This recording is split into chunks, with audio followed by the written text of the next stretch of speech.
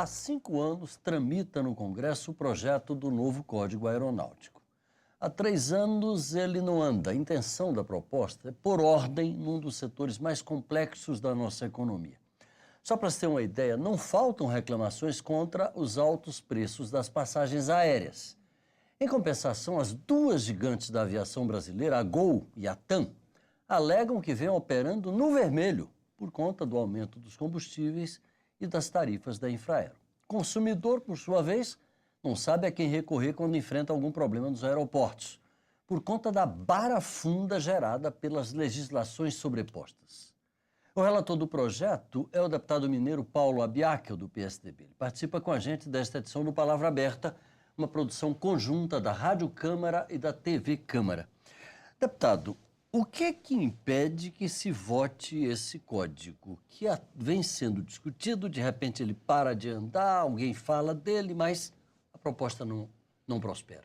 Bem, primeiro um registro. Eu fui designado relator ao final do ano passado.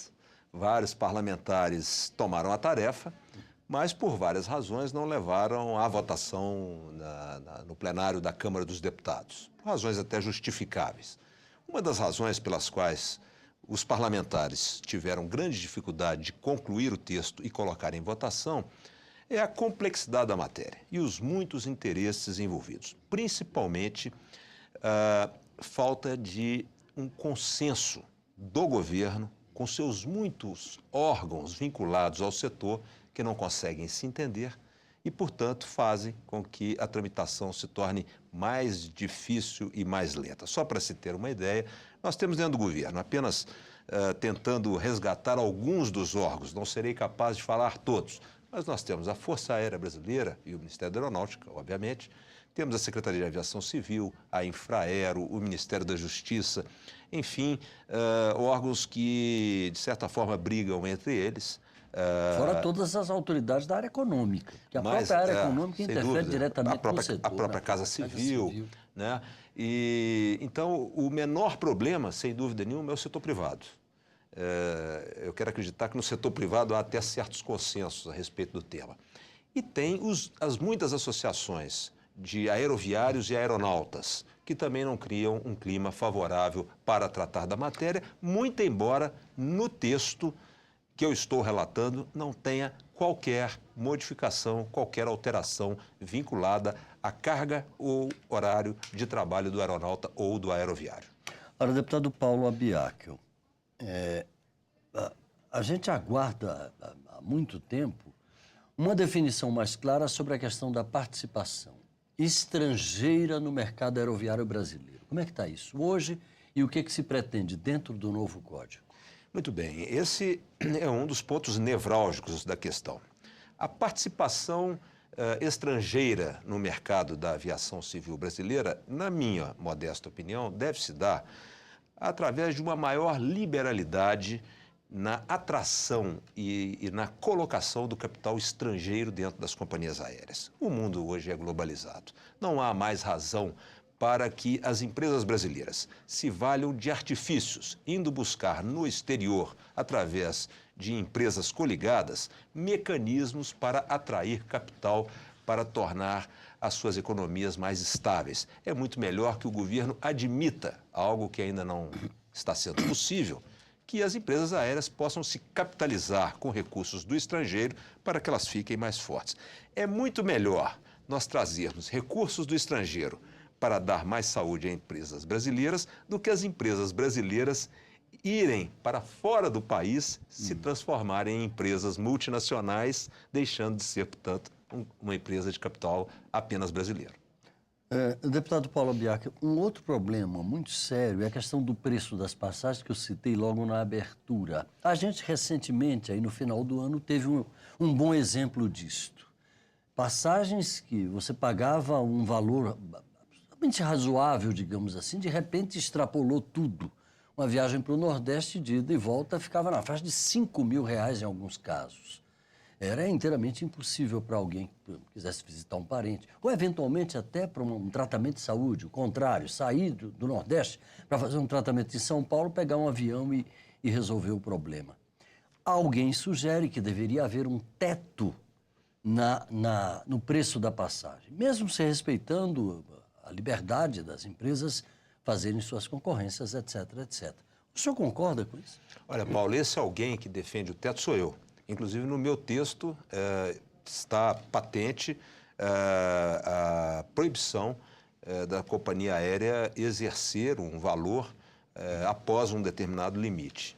O que ocorre é que quem não permite isso, infelizmente ou felizmente, eles dizem que estão com estudos a embasar a sua decisão, é a agência, é a ANAC. A ANAC é que diz que tem que haver liberdade tarifária plena. Portanto, não pode haver teto para que também... Mas o consumidor vai ficar à mercê? Eu acho isso equivocado. Tenho tido debates frequentes com a Agência Nacional de Aviação Civil, mas eles alegam que não pode haver piso e não pode haver teto. Eu farei o meu relatório estabelecendo o teto. E nós vamos a plenário. E no plenário, que é o ambiente e o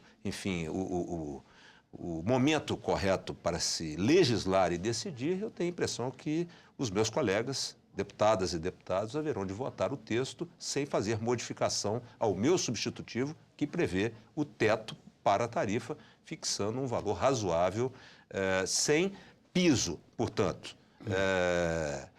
Ou melhor, com piso, portanto. Com piso, mas sem teto.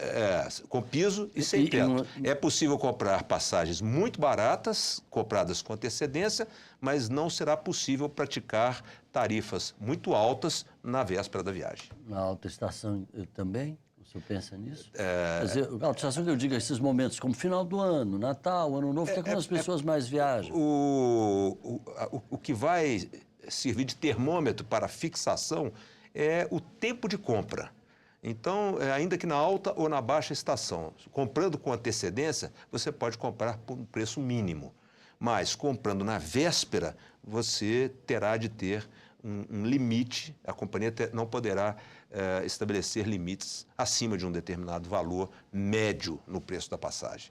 Deputado, é verdade, eu ouvi falar que fora do Brasil, as companhias fazem o contrário, quer dizer, para preencher as aeronaves pertinho da data da viagem, tem vaga, eles até baixam a passagem, isso é verdade? Isso é verdade, isso também acontece aqui no Brasil. Aqui no Brasil há um processo de freio, peso e contrapeso. É muito curioso isso. Quando não há risco da aeronave viajar vazia, então aumenta muito o preço da passagem para que os últimos assentos sejam vendidos a preços absurdamente altos. Mas acontece promoções de última hora no Brasil também. Quando as aeronaves vão voar com grande quantidade de assentos vazios, pela internet é oferecido passagem a preços muito baratos. Deputado, nosso tempo já está bem no finzinho, mas tem uma questão mais complexa ainda, que é essa superposição de legislações que impede ao consumidor saber a quem recorrer, ou eventualmente até mesmo quem é que está com a razão, ou quem é que manda, né? É definido uma coisa de um lado, outra define de forma diferente. Só acredita que o novo código vai conseguir dirimir essas dúvidas e dar uma condução, um caminho único?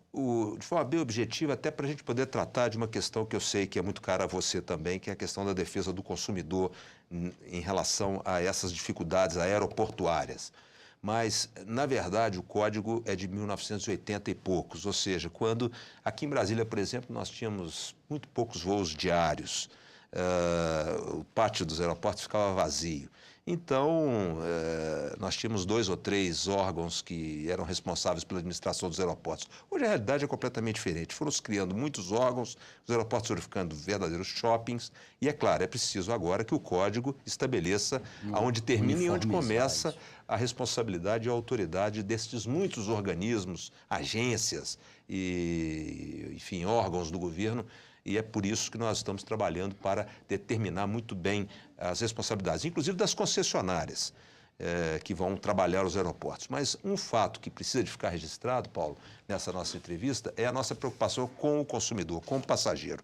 E por isso nós estamos, no nosso texto, pedindo a aprovação no substitutivo para a criação de um birô, de um comitê de defesa do consumidor, que funcionará permanentemente, enquanto houver voo pela madrugada adentro, com membros representantes dos muitos órgãos de defesa do consumidor, como o PROCON, o IDEC, para que eles possam definir quem foi o culpado, quem foi o responsável por aquele problema eventualmente causado naquele momento. Se foi a companhia aérea, se foi a Infraero, se foi o próprio passageiro. O próprio passageiro, porque, na verdade, coitado de quem tem um problema, uma perda de uma bagagem, e vai enfrentar a justiça para reaver os seus direitos. Ele demorará muito tempo, primeiro, para definir quem foi o culpado. Entre a saída da mala da aeronave e a chegada no terminal de passageiros, a mala passa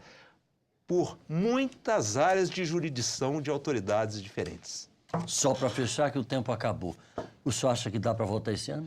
Nós quase votamos no final do ano passado, mas, infelizmente, alguns deputados, provocados por associações, sindicatos, preocupados até legitimamente com a eventualidade de ter os seus direitos alterados nessa nova legislação, me pediram para discutir melhor a matéria. Chegou a entrar em pauta. Quase votamos, salvo engano, no dia 6 de dezembro. E a expectativa é que agora, ultrapassada a questão dos vetos e do orçamento, a gente possa finalmente discutir a matéria e votá-la. Deputado Paulo Abiaca, muito obrigado pela sua participação aqui com a gente. Eu que agradeço. É uma alegria para mim, uma honra. A você de casa, muito obrigado pela audiência. Continue ligado na TV Câmara e na Rádio Câmara, 2 canais da cidadania. Sou Paulo José Cunha e até a próxima.